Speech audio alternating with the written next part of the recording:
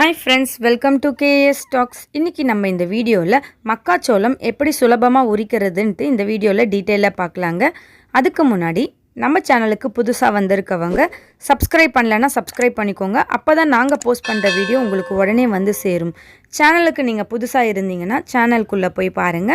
உங்களுக்கு பயன் தரக்கூடிய பல வீடியோக்கள் நம்ம சேனல்ல இருக்கு. வாங்க வீடியோக்குள்ள போகலாம்.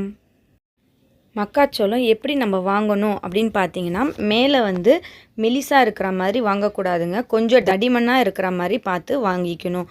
அப்போ தான் வந்து பருப்பு வந்து நல்லா நல்லா திருப்பாக இருக்குங்க.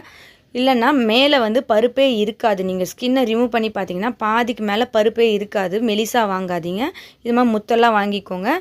இப்போ நம்ம இதோட அவுட்டர் ஸ்கின்னெல்லாம் நம்ம எடுத்துடலாங்க. எடுத்துட்ட உடனே இந்த மக்காச்சோளத்தை நம்ம ரெண்டாக டிவைட் பண்ணிக்க போகிறோம். இப்போ நம்ம ஒரு ஷார்ப்பாக ஒரு கத்தி எடுத்து இந்த மக்காச்சோளத்தோட சென்டரில் வேர்ட்டிக்கலாக நம்ம ப்ளேஸ் பண்ணிவிட்டு இதை வந்து டிவைட் பண்ணிக்கலாம்.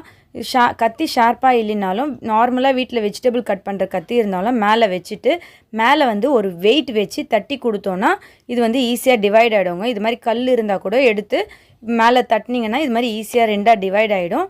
அதுக்கப்புறமா இதை பீல் பண்ணுறது ரொம்பவே ஈஸிங்க. இப்போ வந்து சைட்லேருந்து இதை பீல் பண்ண ஆரம்பிக்கணும். நம்ம கட்டை விரலை வச்சு இதை அழுத்தி கொடுத்தோன்னா இது மாதிரி சுலபமாக இதை உரிச்சிடலாங்க.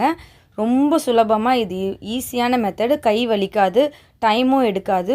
ஒரு 2 to 3 மினிட்ஸில் நம்ம இது வந்து கம்ப்ளீட்டாக நம்ம உரித்து எடுத்துடலாம்.